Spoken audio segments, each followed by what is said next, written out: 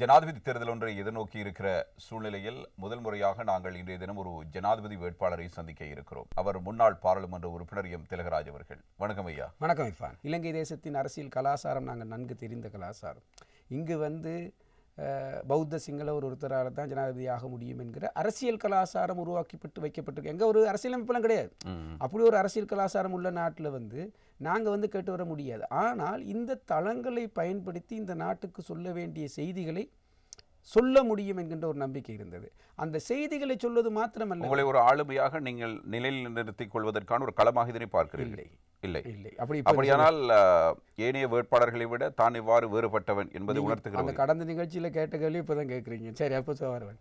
என்னுடைய நோக்கம் என்னவாக இருந்தது என்றால், குறிப்பாக இலங்கை கொஞ்சம் தள்ளி பார்ப்போம்டா, இலங்கை 75 ஆண்டுகள் ஆயிடுச்சு சுதந்திரம் அடைந்து. அந்த சுதந்திரம் அடைஞ்சு 75 ஆண்டுகள் என்று நாங்கள் சொல்லிக் கொண்டிருக்கிறோமே தவிர, இந்த 75 ஆண்டுகளுக்குள் எங்களுக்கானதை நாங்கள் உருவாக்கினோமா என்கிற கேள்வி. மலையகத்தை விட்டுருங்க, முதல் தேசிய விஷயத்தை பேசிட்டு பிறகு மலையகத்துக்கு வருவோம். ஒட்டுமொத்த நாட்டை ஒரு அடிப்படையில் சொல்லுவோம். அரசாட்சி என்பது சட்டவாட்சி, சட்டத்தினுடைய ஆட்சி. அந்த சட்டத்தை நமக்கானதாக உருவாக்கி கொண்ட நாடா இது. இன்னமும் நீங்க சட்டம் படிக்க போனா ரோமன் டச்சு சட்டம், ஆங்கிலேயர் சட்டம், அப்படியான சட்டங்களைத்தான், ஆர்டினன்ஸ் ஆக்ட் எல்லாம் இருக்குதானே. அப்போ நாங்கள் எங்களை பொறுத்த வரைக்கும் எங்களுக்கான சட்டம் ஒன்றை உருவாக்கி கொள்ளாமல் அந்த பிரித்தானியர் விட்டு போனதை தொட்டுக்கொண்டு போகிற ஒரு நாடாகவே நாங்கள் இருக்கிறோம். பிரித்தானியர் இங்கே வந்தது பாருங்க, அங்கே இருந்து இங்கே அவ்வளோ தூரத்தில் இந்தியாவையும் இலங்கையும் அவர்கள் ஆள வேண்டும் என்கிற காலத்தில் ஆண்டிருக்கிறார்கள் 1800களில். அதே போல் அவர்கள் வந்தபோதுதான் மதங்களை எல்லாம் கொண்டு வந்து இங்கே போட்டு அவர்கள் மதத்தை எல்லாம் பரப்பியிருக்கிறார்கள். அதே இங்கிலாந்து இப்போது இந்தியாவிலிருந்து வந்த ரிஷி சுனக்கை தனது ஆட்சியாளராக வைத்துக் கொள்கிறது. அமெரிக்கா உலகெங்கும் ஆக்கிரமிக்கிறார் என்கிறார்கள், கமலா ஹாரிஸுக்கு வாய்ப்பு கொடுக்கிறார்கள். அவர்கள் மாறிவிட்டார்கள். இன்றே அவர்கள் மதத்தை பற்றி பெரிய அக்கறை கொள்வதே இல்லை. நான் நினைக்கிறேன் ஜாஜிகலாம் ஆனால் அவர்கள் விட்டு போன அந்த பழைய தத்துவங்களோடும் மதத்தை இறுக்கி கட்டிப்பிடித்து கொண்டும் வேற யாரை விட அந்த மாதிரி ஒரு ஆளுகையோடும் ஒரு போக்கொண்டிருந்தது. இது குறித்த சிந்தனை எனக்கு சிறுகாலத்தில் இருந்ததன் காரணமாக, ஏன் நிலைக்கு இப்படியே இருக்கணும், நமக்கானதை ஏன் உருவாக்க முடியாது, நமக்கானதை ஏன் உருவாக்கக்கூடாது, நமது அரசியல் கலாச்சாரம் என்னென்னமோ விஷயங்களை செய்கிறோம், ஏன் நாங்கள் தமிழ் முஸ்லீம் மக்கள் எல்லாம் இலங்கையர்களாக ஒன்று சேர்ந்து செயற்பட முடியாது, இந்த மாதிரியான விஷயங்களை நாங்கள் முன்வைக்கக்கூடாது என்பதாகத்தான் நான் யோசித்ததன் காரணமாக இதை நான் சாதாரணமாக இதுக்கு முன்னதான் நிகழ்ச்சியிலே சொல்லி கொண்டு போகலாம். ஆனால் சில விஷயங்களை பேசுவதற்கு சில கதிரைகள் தேவைப்படுகிறது. நான் பாராளுமன்றத்திற்கு வருவதற்கு முன்பே அரசியல்வாதி. ஆனால் நிறைய பேர் நினச்சிக்கிட்டு இருக்காங்க பாராளுமன்றத்துக்கு வந்த ஒரு படம் தான் அரசியல்வாதி. அப்போ எங்ககிட்ட ஒரு பிக்சர் ஒன்று இருக்குது, ஒரு படம் ஒன்று மனதில் ஓடுது, இவர் அரசியல்வாதியாக இருந்தால் பாராளுமன்றத்தில் இருக்கணும். அப்படி அல்ல. எனவே அதனால் யோசித்தேன், சரி பாராளுமன்றத்துக்கு போய் ஒரு தடவை இருந்து சரி இவங்களுக்கு இதை சொல்லி பார்ப்போம். அப்படி நினைத்தது தான் மலையக அரசியல். ஜனாதிபதி தேர்தலுக்கு போட்டி இதை சொல்லி பார்ப்போம். இதான் தேசிய அரசியல். அர்த்தவத் புறவிஷியான், அர்த்தமுள்ள பிரஜைகள், மீனிங்ஃபுல் சிட்டிசன். இது மலையகத்துக்கும் மிக பொருத்தம், இலங்கைக்கும் பொருத்தம். நான் சும்மா இந்த நிகழ்ச்சி என்றபடியால் வேகமாக சொல்லி கொண்டு போகிறேன். என்ன அர்த்தவத் புருஷன்டா, இந்த நாட்டு மக்களை பார்த்து ஒரு கேள்வியை கேட்கிறேன். நீங்கள் எல்லாம், நானும் எல்லாம் சேர்ந்து நாங்கள் ஒரு அர்த்தமுள்ள குடிகளாக வாழ்கிறோமா? அர்த்தமுள்ள பிரஜையாக கேட்க வேண்டிய கேள்வி. அப்போ அர்த்தமுள்ள, அப்போ உதாரணத்துக்கு சொல்லுகிறேன், நாங்கள் இலவச கல்வி வழங்குகிற நாடு என்கிற பெருமை, எங்கிட்ட பெருமை. நாங்கள் இலவச கல்வி எல்லாத்துக்கும் கொடுக்குறோம், ரைட், சரி. இலவச சுகாதாரம் வழங்குகின்ற நாடு, ரொம்ப பெருமை தானே. அங்கே வாங்கணும், அதை செஞ்சு. இலவச சுகாதாரத்தை நடைமுறைப்படுத்துகின்ற ஒரு நாட்டில் ஏன் சிக்னலில் இதே மாதிரி சிகிச்சைக்கு பிச்சை எடுக்கணும்? ஏன் கிட்னியை மாத்திரத்துக்கு பிச்சை எடுக்கணும்? இலவச சுகாதாரம் தானே. இப்போ அவர் பிரஜை தானே, அப்போ கொண்டு போய் சுகமாக்குங்களேன். இப்போ இந்த பிரஜையை பார்த்து கேள்வி கேட்குற, நீ அர்த்தமுள்ள பிரஜையா? இதான் என்னுடைய கேள்வி. ஒன்றில் இலவச சுகாதாரத்தை வச்சு அதை செய்யணும், அப்படி இல்லாட்டி முழுக்க தனியார் கொடுத்து போட்டு பிச்சை எடுத்து வேலை செய்ததை விடணும். ரெண்டும் இல்லாமல் நாங்கள் இலவச சுகாதாரத்தை நடைமுறைப்படுத்துகிறோம், ஆனால் சிக்னலுக்கு சிக்னல் ஏழைகளை இருக்க விடுவோம். அவர் ஒரு பிரஜையாக பார்ப்பதில்லை, அவனை அர்த்தமற்ற பிரஜை. இலவச கல்வி என்கிறோம், இலவச கல்வி எல்லாத்தையும் கொடுக்குறோம். கல்யாணம் கட்டுறதுக்கு முதலே ஸ்கூல் தடி தான் கல்யாணம் கட்டுறான். பிறக்க போகிற பிள்ளைக்கு இங்கே ஸ்கூல் கிடைக்குமா? அப்புறம் கிராம சேவரை மாற்றி முழு கல்ல வேலையும் செய்து அவர் செய்ய விருப்பம் இல்லை. இந்த சிஸ்டம் என்ன செய்யுதுன்னா, இந்த ஸ்கூல் எடுக்கணும்னு சொன்னால் அந்த கிராம சேவரை பிடிச்சி நீ இங்கே வாழ்ந்ததை காட்டி இங்கே போய்க்கு இருந்து வாடகைக்கு இருந்து செய்ய, எப்படியா அவர் தனது குழந்தையை ஒரு பள்ளிக்கூடத்துக்கு போய் சொல்ல வேண்டியதாக மக்களை ஊழல்வாதிகளாக்குகின்ற ஒரு சிஸ்டம். அப்போ நம்ம அர்த்தமுள்ள பிரச்சனை. அது மறுபக்கமாக கேட்பேன், இலவச கல்வி இருக்கிற நாட்டில் ஏன் இத்தனை டியூஷன் சென்டர்? அப்போது மறுபக்கமாக அந்த அர்த்தத்தை சொல்லுகிறேன்.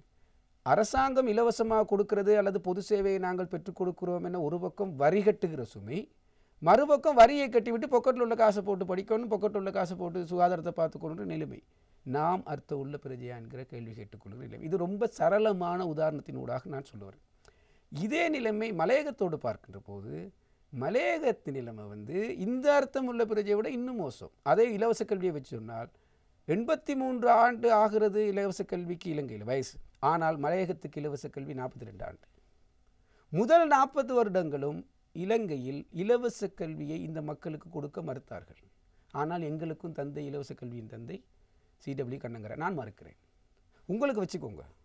எங்களுக்கு பதுளையில் இருந்தார் பாரதி ராமசாமி, அந்த ஐயாவை சொல்லுவேன். அவரோடு வேலை செய்த தேவராஜா அவர்கள் இருக்கிறார். அவர் இருந்து போனவர் பெரியவர்ன்றபடியால் அவரது ஒரு பேரை சொல்லுவார்.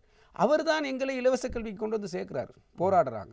அவர் மாதிரி அவர்கள் நண்பர்கள் எல்லாம் சேர்ந்து இன்றைக்கும் வைதேவராஜ சார் இருக்கிறார், சாரணியா தோட்டத்தில் இருக்கிறார். அந்த போராட்டத்தில் பங்கு கொண்டவர்கள் இவர்களெல்லாம் மிகுந்த போராட்டத்துக்கு மத்தியில் தான் எங்கள் இலவச கல்வி செல்நெறிக்கு கொண்டு வருகிறார்கள். எனவே நாங்கள் இன்னமும் அர்த்தமுள்ள குடிகளாக இந்த நாட்டில் அங்கீகரிக்கப்படவில்லை. அதுக்கு பல உதாரணங்கள் இருக்குது. நாங்கள் 200 வருடங்கள் ஆகிவிட்டது. எங்களை எப்படி சொல்கிறாங்கன்னா இந்திய தமிழர்கள் என்றார்கள். சில வேளை நீங்கள் கூட இந்திய முஸ்லீமாக இருந்திருக்கலாம். இலங்கையில் அப்படி ஒரு காலம் இருந்தது.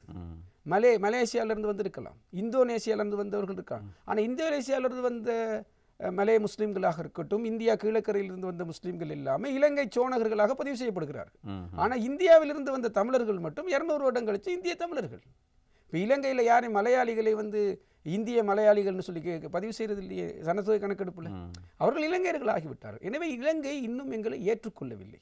எனவே நாங்கள் அர்த்தமுள்ள குடிகளாக இந்த நாட்டில் இல்லை, வாக்காளர்களாக வைக்கப்பட்டிருக்கிறோம். இந்த விடயங்களை எல்லாம் அடிப்படையாக வைத்துக்கொண்டு எனது கொள்கை பத்திரத்தை 2 பாகங்களாக பிரித்து, முதலாவது பாகத்தில் தேசிய விஷயங்களில் அடைய வேண்டிய கொள்கைகள் என்ன, நாங்கள் என்னென்னவெல்லாம் நினைக்கிறேன், அதே மாதிரி மலையக விஷயங்களில் மலையக மக்கள் எதிர்க்கணும் என்னவன்னு சொல்லி மிகச் சுருக்கமாக என்னோட ஐடியாவை கொடுக்குறேன். கொடுத்து போட்டுன்னு பார்த்தோன்னா இப்போ இதை செய்கிற ஜனாதிபதி தேர்தல் என்றா சனத்துக்கு ஒரு சந்தேகம், இவர் பொது தேர்தலுக்கு நீங்களே கேட்க போகிறீங்க, நானே சொல்லிடுறேன். இவர் பொது தேர்தலுக்கு அடி போடுறார். சரி, இதிலிருந்து ஒரு பாப்புலாரிட்டி எடுத்து அதனால் நான் எனக்கு கிடைத்திருக்கக்கூடிய இந்த ஜனாதிபதி வேட்பாளர் என்கின்ற பதவியோடு அரசாங்க தகவல் திணைக்களத்திலிருந்து அந்த அமைச்சரவை அறிவிப்புகளை செய்கின்ற அந்த ஆசனத்தில் அமர்ந்து இனி வரும் தேர்தலில் நான் போட்டியிடப் போவதில்லை என்கின்ற அறிவிப்பை செய்துவிட்டு தான் உங்களது நிகழ்ச்சிக்கு வந்திருக்கிறேன். ஸோ ஐ ஹவ் நோ, எனக்கு இந்த அரசியலில் தேர்தல் களத்தில் இறங்கி அதில் பதவி பெற்று அதில் சுகபோக அனுபவங்களை அனுபவிப்பதற்காக நான் இந்த கொள்கைகளை முன்வைக்கவில்லை. ஒரு நாட்டின் பிரஜையாக இந்த நாட்டின் பிரஜைகளை எவ்வாறு அர்த்தமுள்ள பிரஜைகளை ஆக்க முடியும், என்னுடைய அரசியல் சுயநலன் இல்லாமல் நான் செய்ய வருகிறேன் என்பதற்காக இனி நான் இலங்கையில் தேர்தல் களம் காண போவதில்லை. ஆனால் அரசியல் கொள்கை வகுப்பு, அடுத்த தலைமுறையினை அரசியலுக்கு கொண்டு வருவது, இது போன்ற நடைமுறைகளை செய்கிறது. தேசிய பட்டியல் மூலம் கூட வர மாட்டீர்கள். அதை பற்றி பிறகு பார்க்கலாம். தேர்தலில் போட்டியிட மாட்டீர்கள். தேர்தலில் போட்டியிட, ஏனென்றால் அந்த தேர்தலில் போட்டியிடுவது அது ஒரு கேம், சரிதானே? அந்த கேமுக்கு நிறைய பேர் நிறைய விதம் வருவாங்க. திடீர்னு அப்போ தான் கிரிக்கெட் பெட்டை கொண்டு கிரிக்கெட்டை வளர்க்குற மாதிரி எனக்கு ஆபத்தில் அரபத்தில் கொடுத்துட்டு வரும். இவங்களோட எல்லாம் போயிட்டு நான் ஃபைட் பண்ணி தான் இவ்வளவு செய்யணும்னு எனக்கு இல்லை. ஏதாவது ஒன்று அறிவை கொண்டு இதை வைத்துக்கொண்டு வேலை செய்வோம், அல்லது அதை வைத்துக்கொண்டு வேலை செய்வோம். நான் சொல்கிறேன்னு சொன்னால் இனி மக்கள்கிட்ட நான் தேர்தல் வாக்கு கேட்டுக்கொண்டு வர்ற அரசியல் என்னால் செய்ய முடியும். ஏன்னா எனக்கு ஏகப்பட்ட வேலைகள் இருக்குது, அந்த வேலையெல்லாம் பார்த்துட்டு போகலாம். அதனால நான் மிக முடிவாக எடுத்திருக்கிறேன். இதில் வரக்கூடிய பிரபலமோ நான் பேசுகிற விஷயங்கள்னால நான் பொது தேர்தலில் அமைச்சராகி அந்த கனமெல்லாம் இல்லை. எனக்கு ஒரு தடவை பாராளுமன்றம் போக வேண்டும், அதை செய்து காட்டினேன். ஒரு தடவையாவது ஜனாதிபதி தேர்தலில் போட்டியிட்டு இந்த விஷயத்தை தேசிய ரீதியாக பேச வேண்டும். நம்பினால் நம்புங்கள், நான் சொன்ன அந்த கருத்துக்களை முழுக்க சிங்கள மொழியில் தான் பேசினேன்.